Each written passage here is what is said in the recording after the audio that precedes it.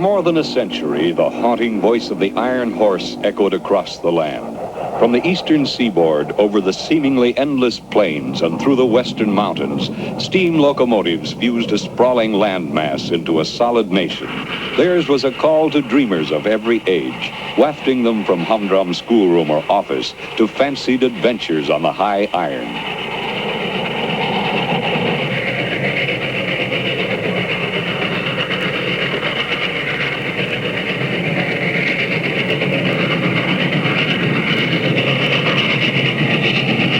Lucky the boy who one day could say he had seen them in action, for by 1960 the age of steam had virtually ended, and the thrill of seeing a mammoth engine at work was to be only a happy memory of childhood. Of all the locomotives in the long history of the rails, one of the greatest was called Big Boy, a name by which the world knew an engine that closed a memorable era in Western railroading.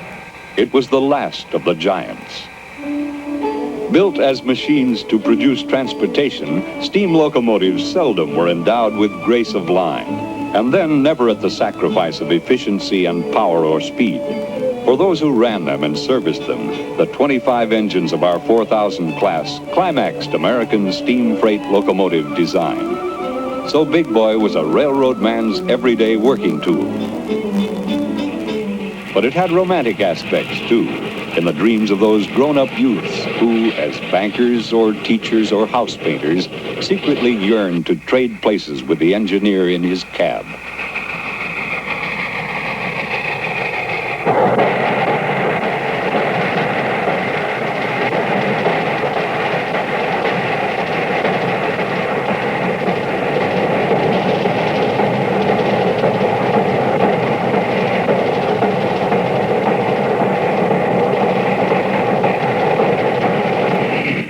The sight of Big Boy fighting the grades of Wyoming Sherman Hill was, to these aficionados, a picture more treasured than any in the world's galleries. The shattering sounds from its stacks and the moan of its chime whistle more stirring than any concert hall melody.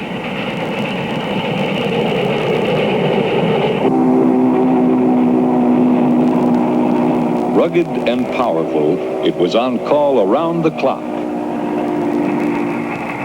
around the calendar, to ride a trail of steel as it drew bales and boxes and carloads of the world's goods from east to west to east again.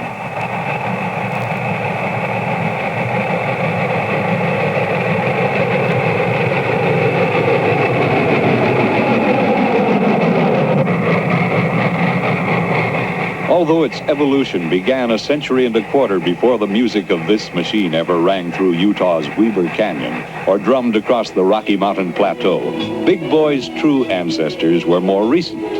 Locomotives like Big Boy were products of grueling schedules versus little engines.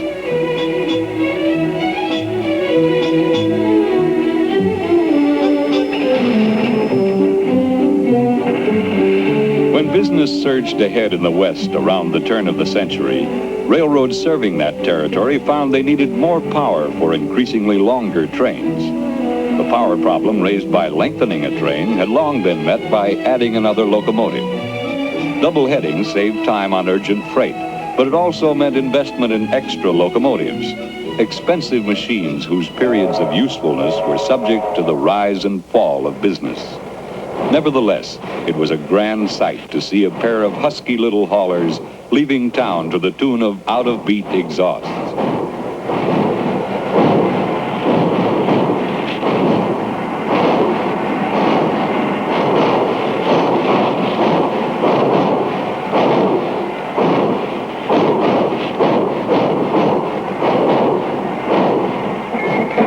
When this perky museum piece with its 6 churning driving wheels was new in 1890, it was considered a Samson of the rails.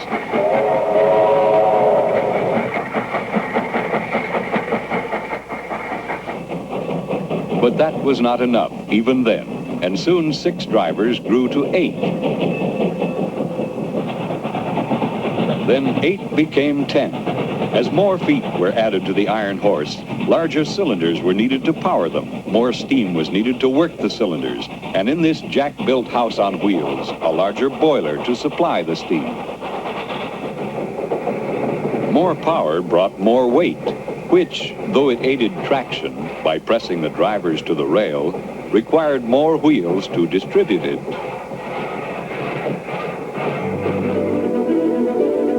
The longer the locomotive grew, the more it became like a centipede with a stiff neck. It had difficulty following tracks that wound with rivers and mountains. Size also was limited by bridges and tunnels designed for the smaller locomotives and cars that had been adequate in the early days.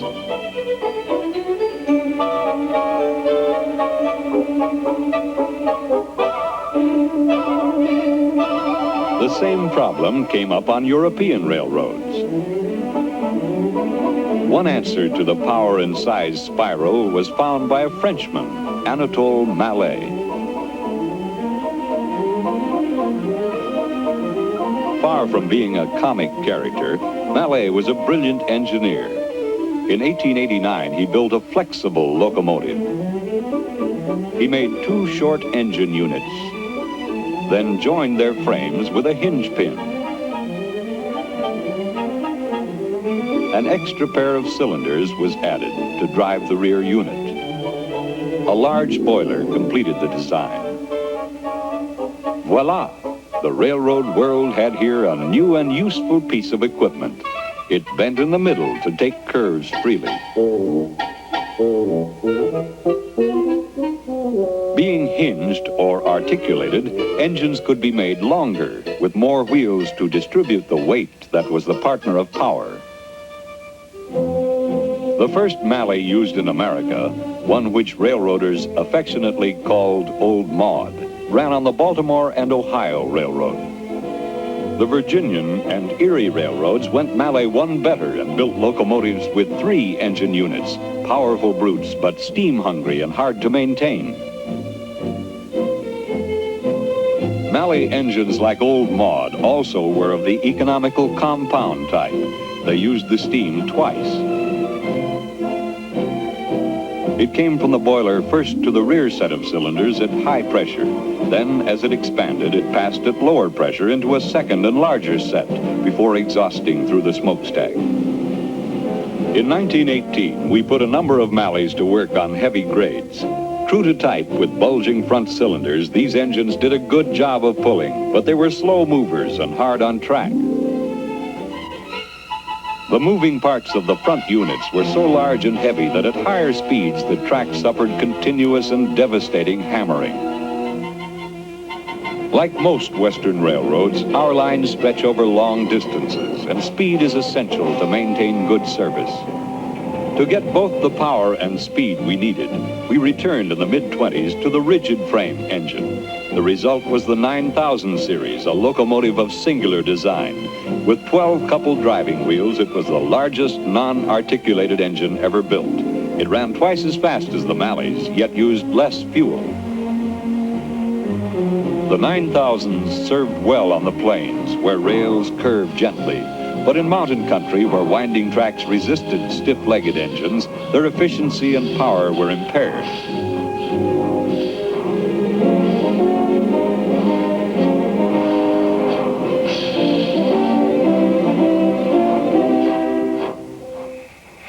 So, as early as 1936, using roller bearings and better steels, we revived the articulated type locomotive. The result was the famous Challenger.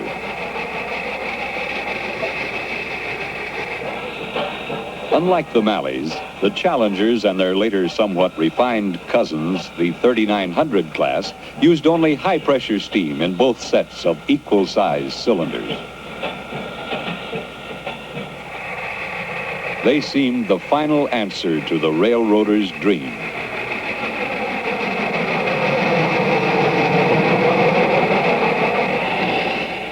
But with the threat of World War II, still more was asked of the railroads. A greater hauling capacity was needed, and even these locomotives were found wanting.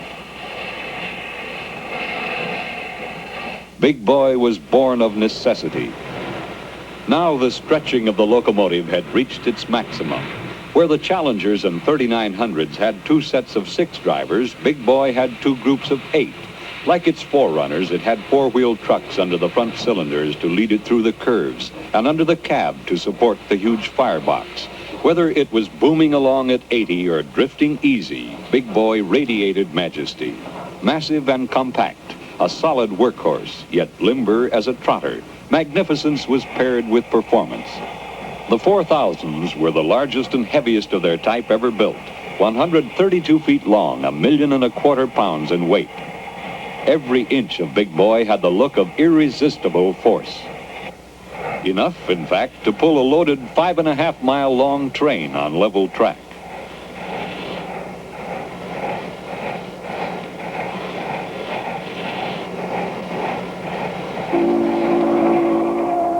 Big Boy also furnished power to check the hurtling tons behind it. A common sight on trains descending Sherman Hill was a swirl of smoke streaming from every wheel as the brakes were applied, energized by compressed air from the locomotive.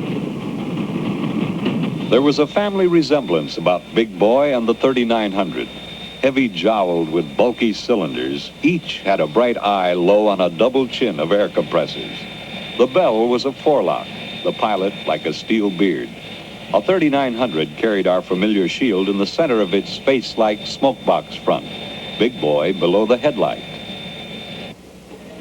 A distinguishing feature of this type of articulated locomotive was the reluctant manner in which the long, rigid boiler followed the front free-swinging engine unit around a curve.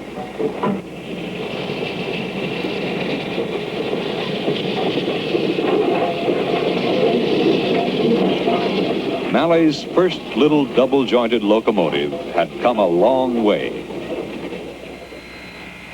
In fact, all locomotives had long before disproved early 19th century scoffers who had said smooth driving wheels on smooth rails would spin futilely. They hadn't considered adhesion supplied by the engine's weight. Although nearly 3/4 of Big Boy's tonnage was on its 68-inch drivers, tractive power sometimes overcame even this force.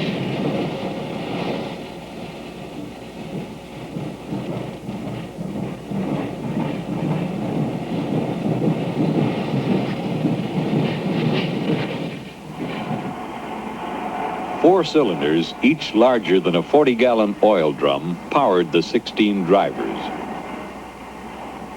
Steam at 300 pounds pressure was distributed to the cylinders by valves timed with a mechanical device that created a fascinating counterpoint in motion. The engineer controlled this complicated valve mechanism and could change the direction of travel with an auxiliary machine, the reverse gear.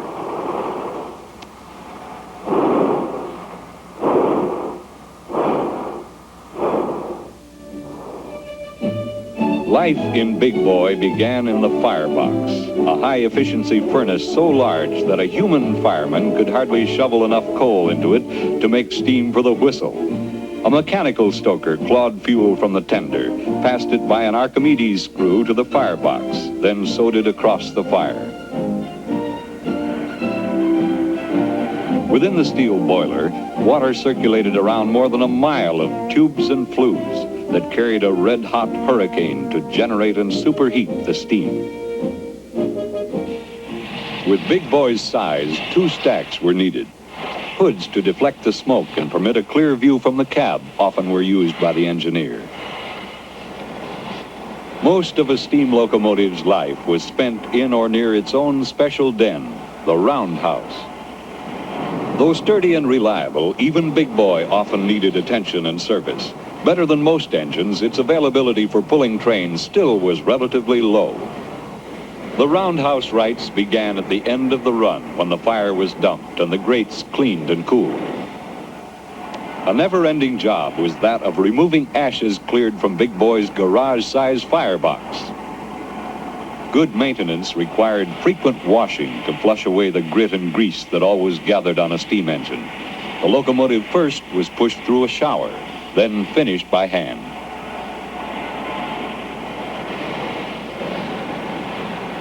After a round of inspection that included a search for leaking steam connections, Big Boy was ready for the roundhouse.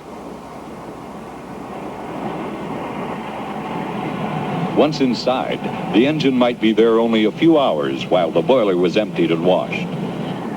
But if heavy repairs were needed, it went to the back shop for perhaps a month, where first it was disassembled with the aid of a heavy-duty crane. One task was fitting Big Boy with new shoes, steel tires for its drivers, a periodic precision job for back shop machinists with special skills and tools. After being machined, the tire was ready for mounting. It had been bored about 1/8 of an inch smaller than the diameter of the wheel center. In a spectacular operation, it was made to fit. Gas flames heated and expanded the tire until it was larger than the wheel.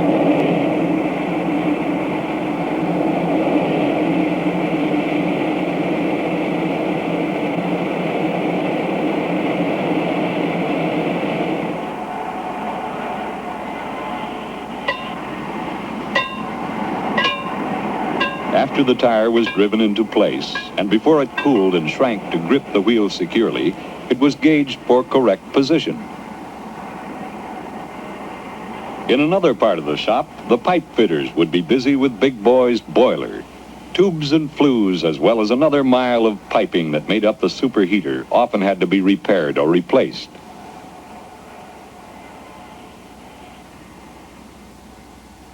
There were very few small parts on a 4000.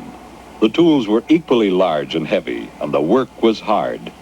It was a rare breed who maintained these giants, like the foreman who retired after spending his entire working life in a roundhouse, then returned to visit nearly every day, like the machinist who set valves on Big Boys all day, then spent much of the evening building a model railroad at home.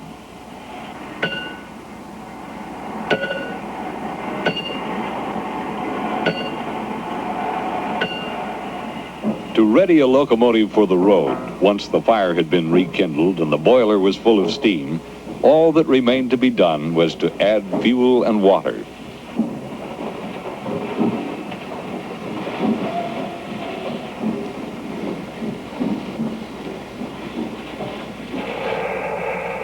Into the elephantine tender were tumbled 28 tons of coal, enough to heat the average house for many seasons.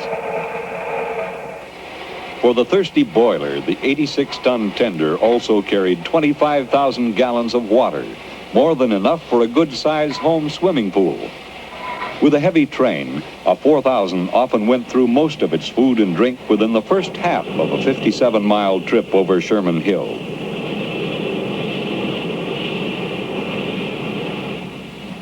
It took many people many hours to return Big Boy to the job of moving freight over the main line. Standing docile as the running orders were read, only the quick-breathing fire, the droning generator, and the clanking, wheezing air pumps bespoke its latent power.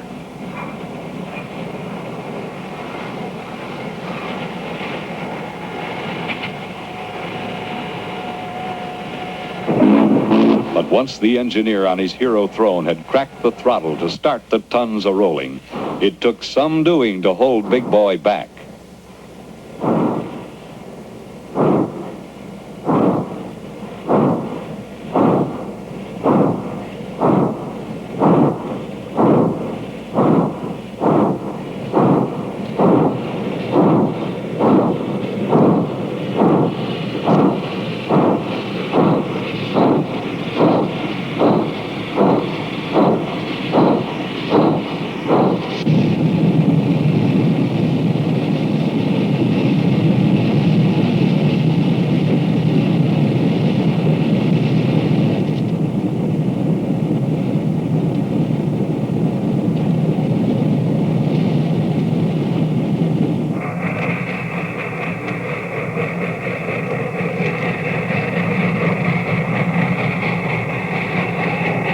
Big Boy was a king of the rails who came to life in a fusion of steam and steel. He proclaimed his presence with a rhythmic cough and a throaty cry, belching smoke and trailing steam.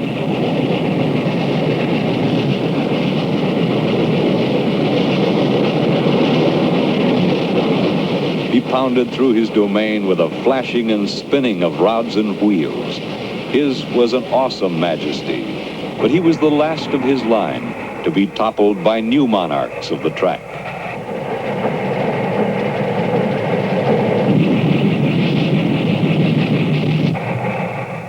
In the 18 years that the big boys reigned, they ran up a total of nearly 26 million miles, hauling billions of tons of freight as prime movers along our wartime lifeline, later carrying the goods of peace and a rising economy.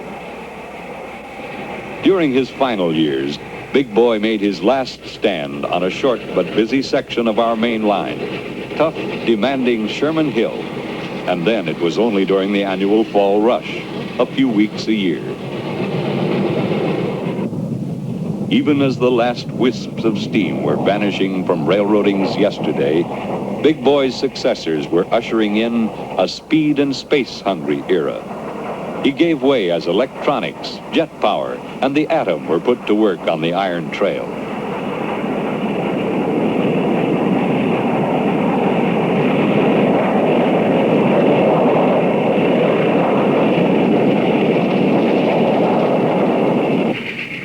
So Big Boy marked the end of big steam railroading in the West. He was not abandoned because he failed at what he was designed to do, but because a more efficient breed of iron horse appeared in the evolution of railroad locomotives. The vital link between East and West that was forged with steam engines is made even stronger today with modern motive power. The day has no end for the railroad, but whatever locomotive progress shall put at the head of tomorrow's train, the rumble and roar of Big Boy will seem still to echo from the high country of southern Wyoming.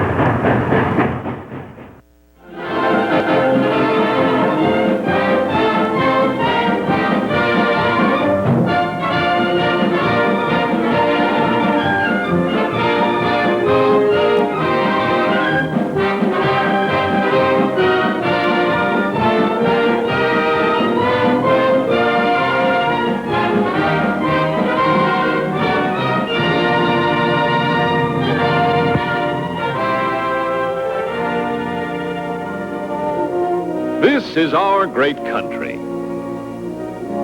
The the land we live in, the land we're so proud of, our own United States of America.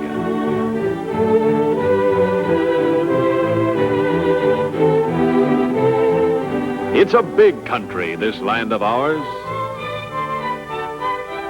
A country of broad plains and rolling prairies, of vast forests and fertile fields, rivers and lakes, high mountains, little villages, and great cities. No wonder we're so proud of America. There's so much to be proud of.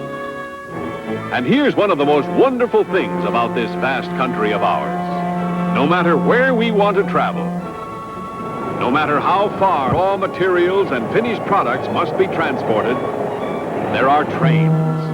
Beautiful, comfortable passenger trains for people to travel on. And long, sturdy freight trains to carry all kinds of raw materials and manufactured goods. Have you ever stopped to think how really important railroads are? Have you ever thought of what it takes for the millions of people in this great country to be able to travel from one end of the land to the other with speed, safety, comfort, and at low cost? Have you ever marveled at the iron ore and coal and hundreds of other raw materials that move continuously to the nation's widespread factories? And how thousands of different finished products are delivered from where they are made to where they are needed in all parts of the country? Have you ever wondered how the foods we eat are always being delivered from the farms to our markets, and how they arrive fresh as the day they were picked?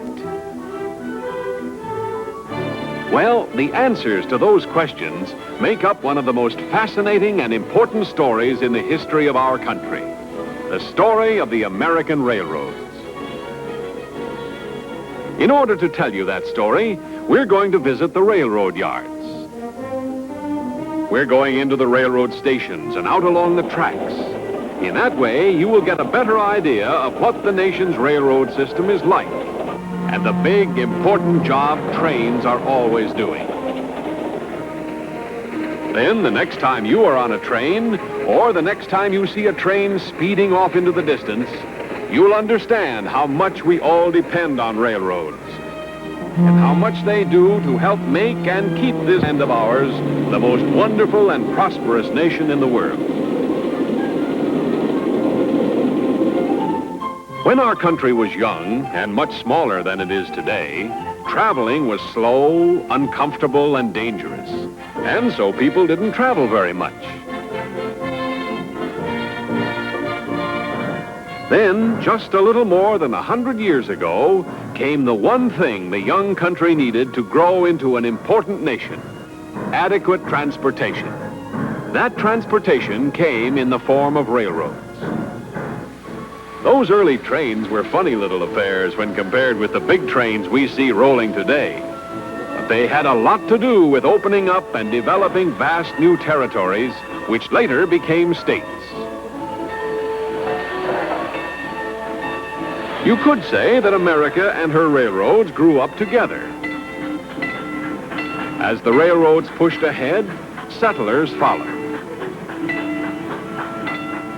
Farms were cleared and crops planted. Mines were opened and the railroads began moving the ore and the coal to mills and factories. Villages which sprang up around the railroad stations grew and prospered into big, important cities. Throughout the length and breadth of the land, trains come and go, day and night, in all kinds of weather, carrying millions of people and millions of tons of freight. Because we don't always see the trains which serve us, maybe everyone doesn't realize how essential railroads are to our everyday living. But somewhere on its journey from raw materials to finished products, nearly everything we eat, wear, or use moves by train. And only railroads have the capacity to carry at low cost and over long distances the enormous volume of goods it takes to keep this nation going. Trains carry people, too. And as everyone likes to travel, suppose we see what happens when we take a train trip. We'll go along with these two friends of ours, Carol and Jimmy. That is, if Jimmy can ever get Carol's suitcase shut. In real life, their parents would probably go along with them. But for this picture, suppose we let Carol and Jimmy travel by themselves, okay?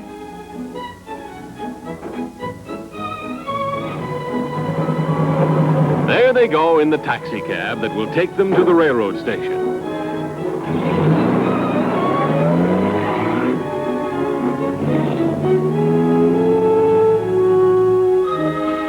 Almost every town has a railroad station. Some are larger than others, but all railroad stations, large or small, are very interesting places.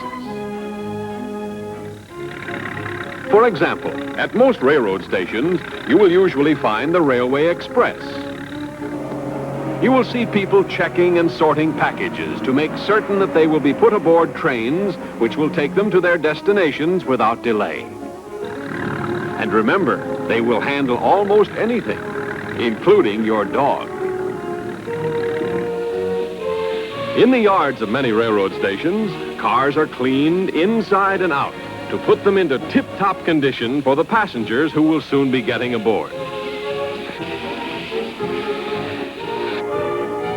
In another part of the yards, dining cars are stocked with fresh vegetables, meats, milk, and all the other foods that will be needed for the meals that will be served when the train is on its way. Nearby, there is usually an engine house where locomotives are brought for cleaning and servicing. Maybe you wondered how great big locomotives are turned around. Well, let's watch and see how easy it is. The locomotive is run onto the turntable. On goes the power, and around goes the locomotive as easy as you please.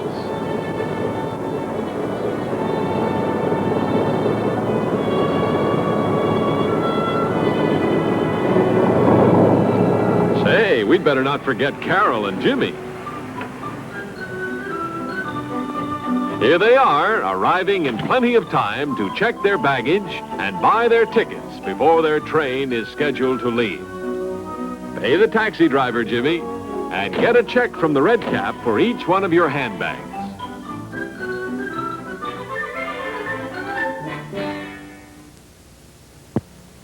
The next stop is to buy tickets.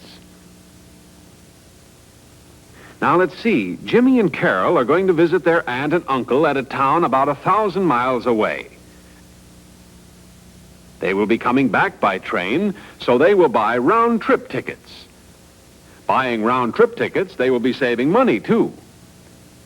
The ticket clerk stamps each ticket with the date on which the ticket is purchased and the date on which the ticket is used. So far, so good. As Carol and Jimmy are going to sleep on the train, they'll have to have sleeping car tickets, too. That's right. You're all set now. Say, you'd better not take too much time paying for your tickets, Jimmy, because here comes your train.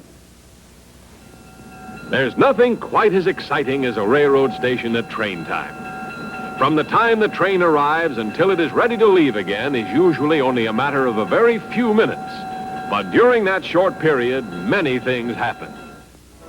Trunks, luggage, and other such items are loaded into the baggage car near the head end of the train. The United States mail is put aboard the railway mail car. Windows are cleaned by a mechanical washer. Friends and relatives bid each other last-minute goodbyes.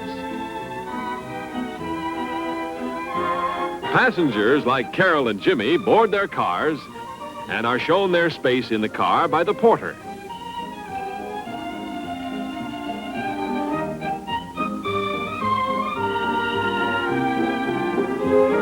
It's just about time now for the train to pull out. All aboard! The train conductor signals to the locomotive engineer. In a matter of seconds, the wheels start turning. Smoothly, almost without effort, the train gathers momentum.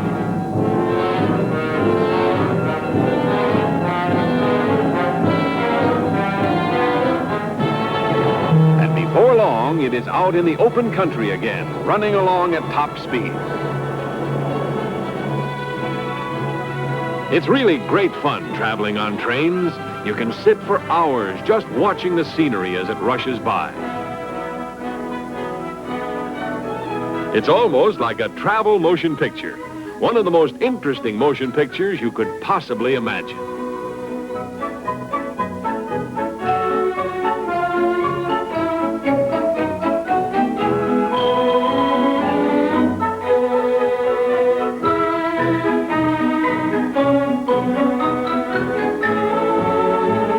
Here's the conductor. Tickets, please.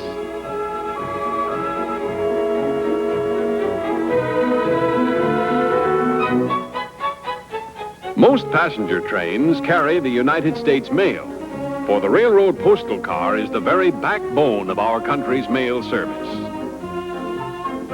These men are railway postal clerks, just like the clerks in the post office at home, except that here they work while the train speeds along. Watch them sort the mail, getting it ready for delivery by the time the train reaches the proper station.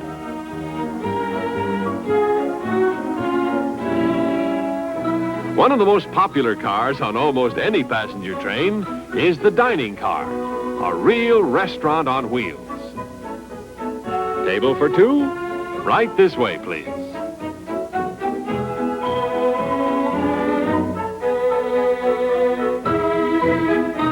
Now, Carol and Jimmy, what do you think you'd like to eat? What a choice. Almost anything you can think of. And if you need any help, the steward is only too pleased to offer some suggestions.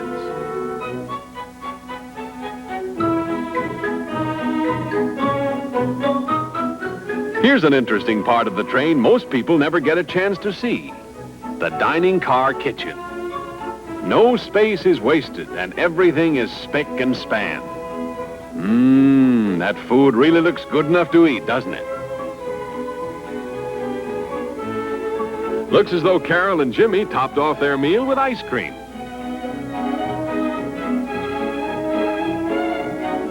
What's this? Oh, the check. That's all right, my good man. Keep the change.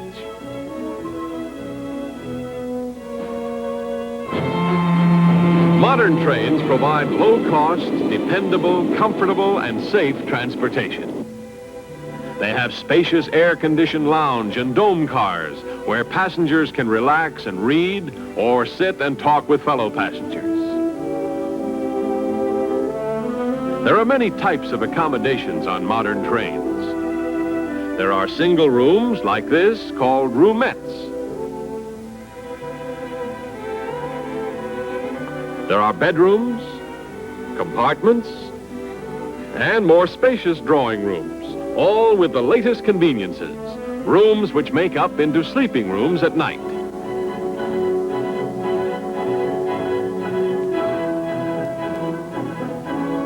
That's right, Carol. Always use the ladder to get into an upper.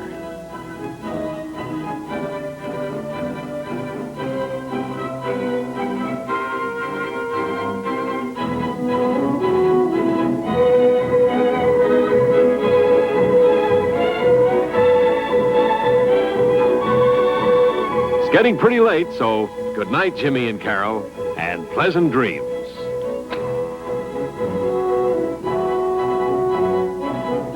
Always remember that you're traveling the safest and soundest way there is to travel when you travel by train.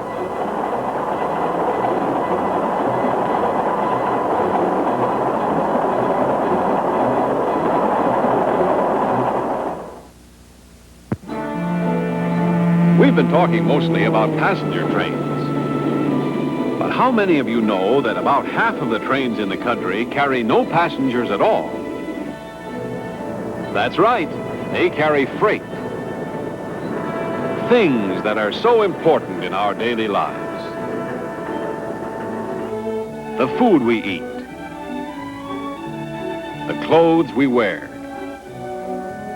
the fuel we burn. Almost everything we use depends at some stage on the service of railroads. On the fertile fields of the North and West are grown the millions of bushels of grains which are so much a part of our everyday diets. The railroads move these grains to huge storage elevators or onto the mills.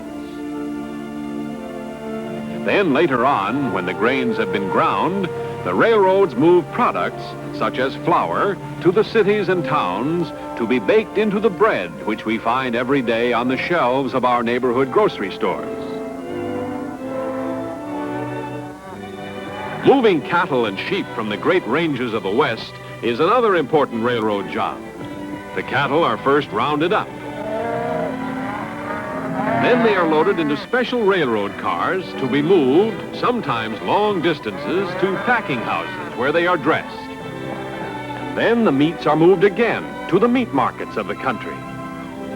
Eventually, through the help of railroads, we have meat on our dinner tables. Fresh fruits and vegetables, things known as perishables, are handled in special refrigerator cars, kept cool with ice or with machinery that works like your refrigerator at home, to keep perishables fresh while they are being moved, sometimes as far as 3,000 miles. Railroads are depended upon to move the nation's raw materials to factories, which will make them into finished products. Iron ore, scooped from the mines of Alabama and the great ranges of Minnesota, are moved to the nation's blast furnaces to be made into iron and steel.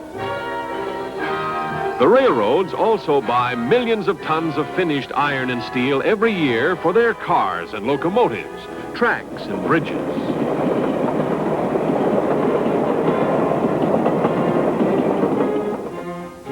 Coal is one of the most important things carried by the railroads. Millions of tons are moved every year to keep power plants and factories working.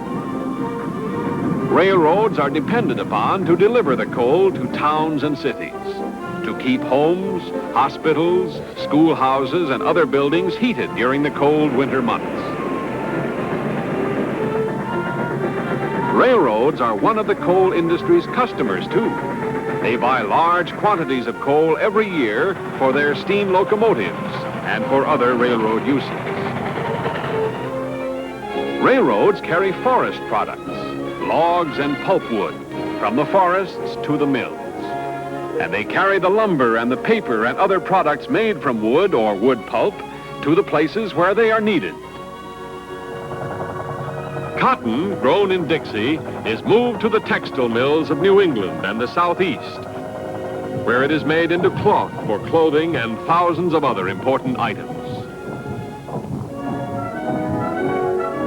Oil is moved by the railroads in huge quantities, too. And the railroads buy and use a large part of all the fuel oil sold in the country every year.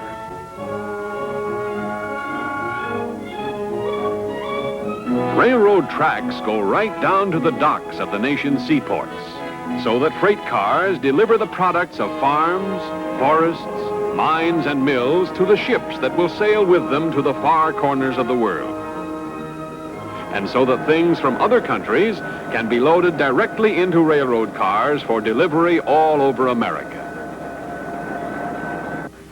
When you stop to think about it, you realize what a great big job the railroads are always doing, and why they are the nation's most important form of transportation.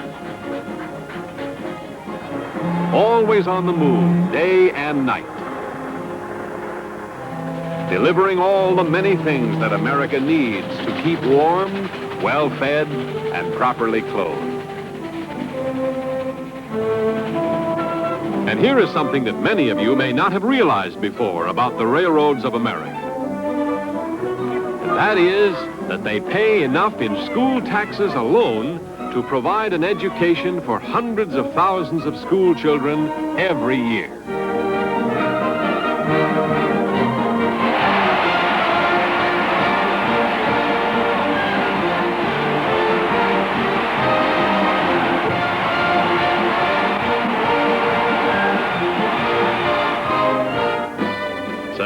time we were getting back to Carol and Jimmy, they'll think we've forgotten all about them. Here's their train coming into their station, and right on time. It looks like their aunt and uncle are pretty happy to see them, too.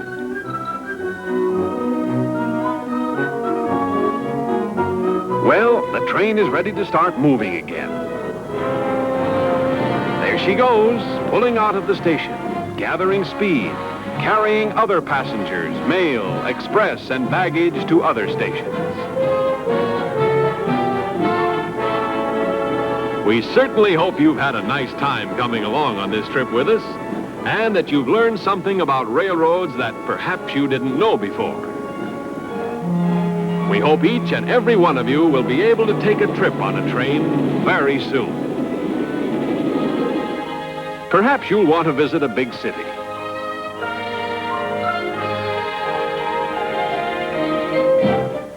Maybe you'll prefer to take a vacation trip to the wide open spaces. Where you might want to go, remember there are always trains to take you. And when you go, you'll see how big and how wonderful your own United States of America really is.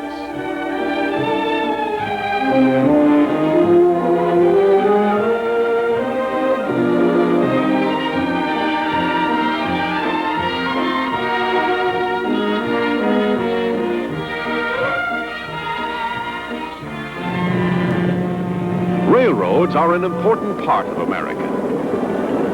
They play an important part in our daily lives, carrying millions of tons of freight and millions of people every day of the year. That's one of the wonderful things about this country of ours. Here, people can go where they want to go, when they want to go.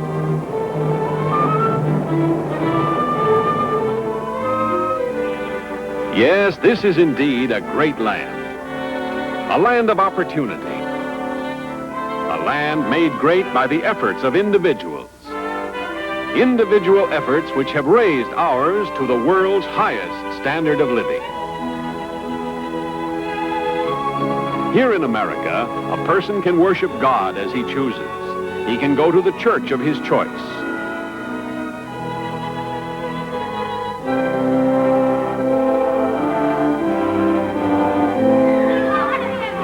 This is a land where a person can go to school and be educated to the extent of his ability and desire. From kindergarten to universities as fine as are to be found anywhere in the world. This is a great country, America. A country of the people, by the people, for the people. A country whose flag we are always proud to honor, and whose rights, principles, and freedoms we are always proud to uphold. It was upon these principles and freedoms that this nation was built, and these same principles and freedoms held fast by America's youth. A youth educated in her history and traditions are the greatest hope, the greatest protection for the future of this, the greatest of all countries, our country, the United States of America.